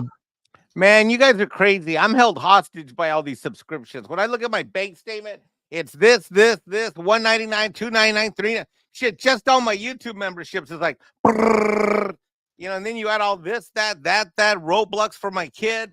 Dude, I'm like held hostage. I got like 1 million miniature car leases with my entertainment. Exactly, and that's Well, that's and the Amazon problem. actually hosts a lot of the digital video Yes. services without even most people Yeah. knowing it too. So I'm double held hostage. And what I would say is to Paul's point of how inconvenient it would be for these companies to break things up, because that's what we're really saying here. It would be That's difficult my and point. inconvenient for them. Yeah, I don't. Well, that's the reason why they need to do it, Yeah. because their convenience is our servitude and our entrapment and slavery to them. And that's exactly why it needs to be broken up. And that it's inconvenient for them, that's a they problem. They created that problem, and I have zero sympathy for them. It's a problem that you know how to solve it. You throw money at it, and you hire some engineers to basically say, okay, all of these dependencies in the system, undo them. It's perfectly solvable with money. You know what these companies have enough of? Money. I have no sympathy with, with how it's a difficult they it would be. them problem. Get it? They, them. Well, and look, to add to that, and look, I know that legislation's never the answer. Believe me, I know my politics actually talk about that all the time. But one of the other ways to go about it is to legislate that terms of service can't be more than one side of an 8 by 11 sheet of paper at 18 points in aerial type. That's it. And then you have standardized TOSs that can't violate people's privacy, because a lot of these TOSs enable, and people don't realize it. They just go, yeah, I need to use the software. So you're held hostage by the TOSs or the EULAs or whatever you want to call them. I think that anything has to be contained to one page. The one size fits all, legal statement that it keeps them from being sued and allows them to, steal from you. I think that needs to be solved too. I mean, part of the issue too is just how pernicious these companies are in terms of trying to get you on board. And I'm just thinking, and not to be an Apple weenie boy, but you pretty much don't have to pay for any kind of monthly anything to Apple if you choose. So for instance, and they don't bug you to pay for the upgraded version of iCloud. That's a choice we've made. Getting iTunes, the monthly subscription, that's a choice we made. It's sort of it's very different from what Microsoft does when you do a group meeting. I forgot what their group meeting app is called, but we have clients that use their tools, and every time I log into that particular tool, Microsoft is like all over me like a dirty shirt to become part of Office 365 and they want you to sign up for all this garbage. Sign up and do this, like enough, like that should be banned. How am I gonna sign up for 365? I got a company to run. I have to have 365. Well, that's the problem. It wasn't 365, dude. You had a copy of Office that was working in 2009. Yeah, and I had my own server that was in that cabinet right over Yip Yonder or adjacent to it. Yep. And you owned it, and you didn't have to upgrade it, and it wasn't exposed to the cloud. You weren't bringing in the opportunity for viruses and other. That's another thing I things. blame the Canadians for. I don't know why. No, that's Bill Gates, dude. Blame Gates and the Canadians could have stopped them if they were on the ball, but no, they were too living the luxury life of their BlackBerry. We're superstars, and they should have jumped on that guy when they had a chance. Okay, I wish I could agree with you, Mike, on that one, but I like to blame Canada just as much as you do, but not on that. Not on that. There's a limit to what you can get away with blaming them for, right? That's right. Google hates it that we're grandfathered on their original business plan, and they are just on us constantly to upgrade to their special deluxe service. I go, nope. Yeah, but we have some more super chats, and we're starting to lose panelists, so we are going to be gone rush through the rest of them here. Chaos Sonic says, counterpoint on the marketing, Paul. There is a reason gatekeeping exists, because people don't want toxic people to be part of their hobbies. Yes, which is a good point. And sadly, the most toxic people right now are the ones who are making the new entertainment part Yeah. of those hobbies. The new gatekeepers. Right here. Yeah. Chaosonic also says for another $2. Wait, Fleabag is in the movie. Nope, done. See, and I was trying not to reveal that, but I will always tell you the truth. And I said in my review that if you don't recognize her voice, you wouldn't even know she was in there. Kind of like her playing that dumb robot in the now dwindling, in my opinion, this other Star Wars movie, or a Star Wars bologna sausage or whatever it was. I have, what was it called? What was that movie called that was about the stealing of the plans? I don't even know anymore. Rogue Be more One. specific. Oh yeah, that's what, Rogue One. Yeah. Oh, that So one. yeah, she was the robot in that. Nobody knew that at the time. The activist droid. It was very obvious if you did know. Well, maybe so. But she's in this, and if she plays the imaginary friend of the ballet dancing grandmother in this, who is by the way, you'll recognize her. She was from Harry Potter. She was Mrs. Dursley in Harry Potter. She's she's a good actress. And before that, for the right things. Yeah, I mean, way back in the 80s and 90s, she was doing great character performances. She was in the Undercover Blues way back when with Kathleen Turner and Stanley Tucci and Dave Chappelle and many others. But she was the villain in that. She was really good. So anyway, it doesn't matter. Yeah. And Packing Protons says, hoping for good with Garfield, taking my nephew to see it. Yeah, me too. Yeah. And Clarence Knight says, thoughts on the Viking Wolverine fan film Logan the Wolf?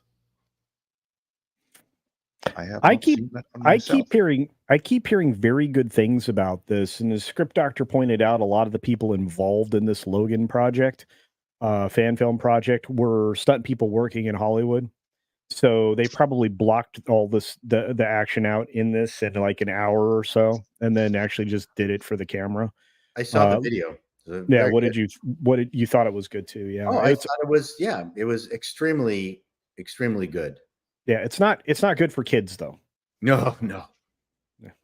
Pretty nasty. And then Dull Life Dan says for $5, Paul, Gates' accuracy of military equipment and weapons is partially because it was literally a JSDF-funded propaganda show. That's funny. But again, it's endemic across most Japanese anime. Gate was still good, whether it was military funded or not. Don't make me feel bad for enjoying it. I don't even know what that means, but I will say it's a general thing. If you enjoy something, even if it's The Last Jedi, don't let anyone take it away from you. Yeah. Your opinion is the minority one. That's cool. We all have our odd opinions on some things. That's Cat Girl was extremely sexy. Yeah. Hey, and I'll look, I'll go on the record and say the best film ever made was Showgirls. So I like Showgirls too. Nothing wrong with that movie. I'm gonna have to watch it now. Yeah. I'm reading his biography. You really, really don't. Yes, you do. Verhoeven's really a genius. Don't. Stop it. He was fighting. It's his worst movie over the script.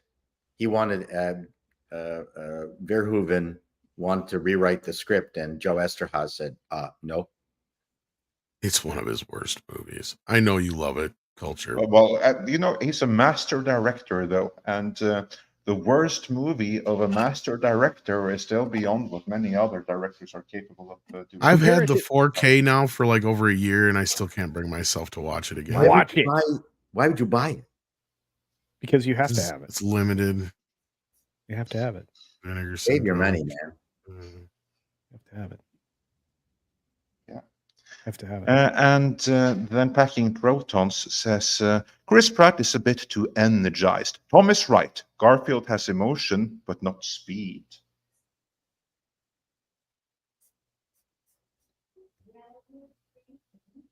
Yeah, I think most people are in agreement based on the overwhelming response in the room here.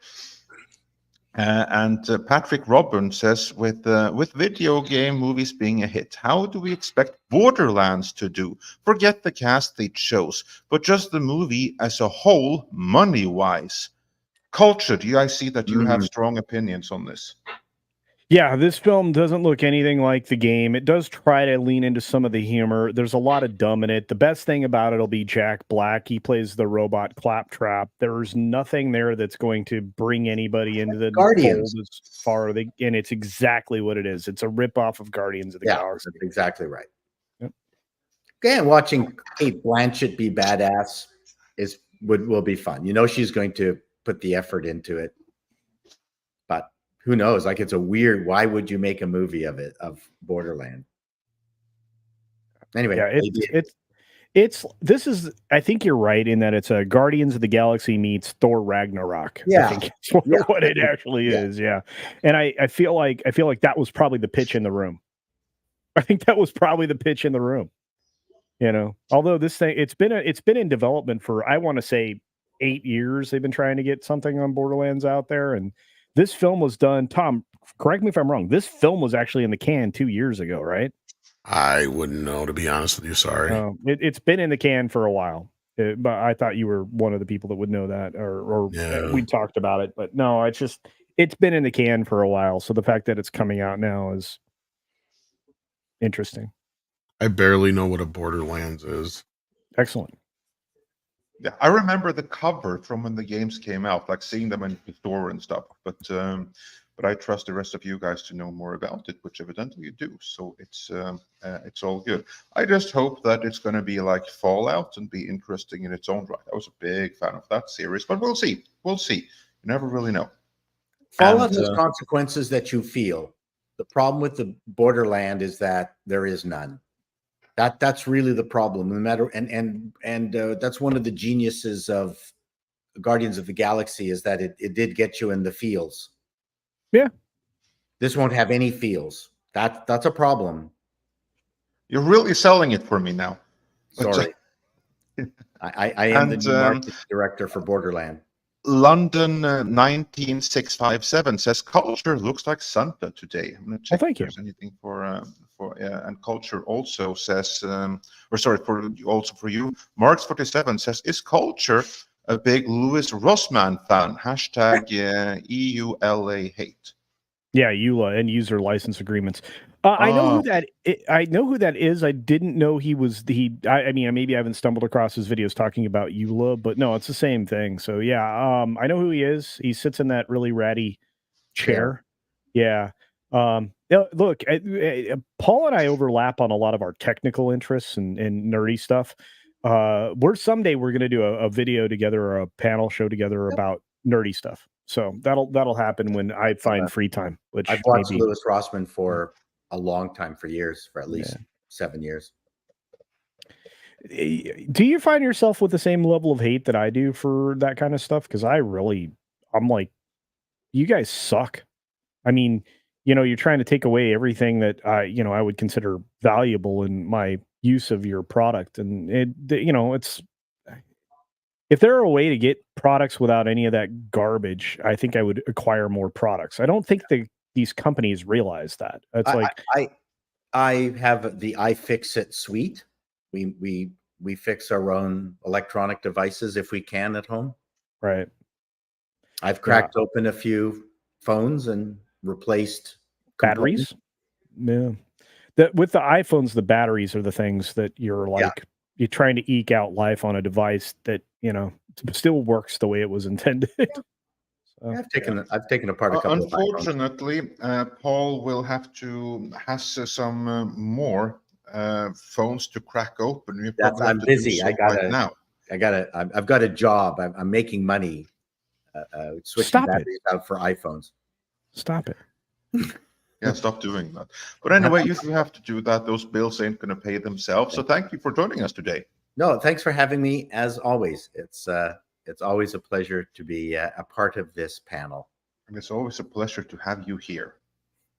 So we'll talk to you later, guys. Take care. And we have a couple of more. Culture's super leaving chats here. too. Okay, Well, well, good thing that I got those things. So, Culture, thanks for joining us well today. I'm see if there's something else here. There's one that you'll like here. Twilight Hope has been a member for 22 months, saying, "I'm pissed off at Microsoft. In a word, you cannot autosave. No, in Word, you cannot autosave on the hardware anymore. Only in cloud. Go to hell, Microsoft. Have a nice week." Not Microsoft, I guess, but anyone else. Yeah, I think all the suite of products that they offer under Office, I think if you can go back in time and acquire a physical copy with a working license, and I'm not going to advocate for the piracy way of doing these things, but if you can get a physical copy of the old stuff, it works just like the new stuff, folks. You don't need the new garbage tied to the cloud or any of the other stuff. I mean, it's a waste of everything. So anyway, I'm going to dip out on that note. Thanks for having me as joining us always. today, and we'll be seeing you later. Sounds good. Indeed. Bye, everybody. Oh, check out my Doctor Who video. We're approaching 10K on that one. Have a good one, everybody. Excellent. And Pilgrim Media says, as you leave, the If All-Star cast, come and help the kid out. Yeah, let's see how that'll work out. And then we had some commentary on gaming and why, even if it's not everyone's cup of tea, it's still important. Chaos Sonic says for $5, "I get you don't care about it, Tom, but to me, video games are supposed to be a form of escapism like movies, and that stuff is worth fighting back for." We have a couple of more here as well. Packing Protons says, "We need to convert Tom into a gamer. People still play DOS Star Wars games after all of these years." And Bitter Biscuit 92 says, "Tom, the same way you go on and on about a movie or television that Hollywood screwed up, everybody has different things they care about." Sander Hammerstag sent a member chat on that note, saying, "I wonder if Tom reacts the same way when they announce Teenage Black Mutant Transgender Ninja Turtles." So yeah, we all have our pet peeves there. And Armchair Troop has some very salient points for 20 Canadian dollars, saying, "To Tom, the reason we care about video games is because, unlike movies and comics, you as the audience are involved in the story. You're not just sitting passively being spoon-fed content. Video games are the pop culture now." So yeah, some good points made there. Video games are Satan's demon work. I just felt like saying that. I don't know if that's really true. I just felt like saying that. Yeah. I'm trying to be controversial. Yeah, well, we got enough of that going around. And we got one for you as well. Glade Ribbon says for $2, "We got to get Mexican Iron Man on Affinity and Da Vinci." I never read the book called The Da Vinci Code, but I heard it was very popular. Thank you, Glade Ribbon. Why are you laughing at me? Is that not what he's talking about? Maybe. And Jason Webster says for $5 Australian, "How about that 1990s reggae hit by Winston Richards? You gave me Jamaican stomach." What? That's a tough By the way, one to Tom, work I with. am loving your new channel like big time. That's like I listen to it every night before I go to bed. I'm sorry. It's so good. There's some forgotten classics in there. They're so fun. Yeah. That's a tough one, Jason. I'll have to work on that one. And then La Bonita's Graphics for AI, fashion, and pop culture says for $5, "Mexican Iron Man, use Corel Painter instead of Photoshop. It's cheaper and you own it." Corel Painter. Okay, but I don't really have a graphics problem because I'm not a YouTuber. So I don't have a thumbnail graphics. I have I use PDFs all the time for work for tax crap problem.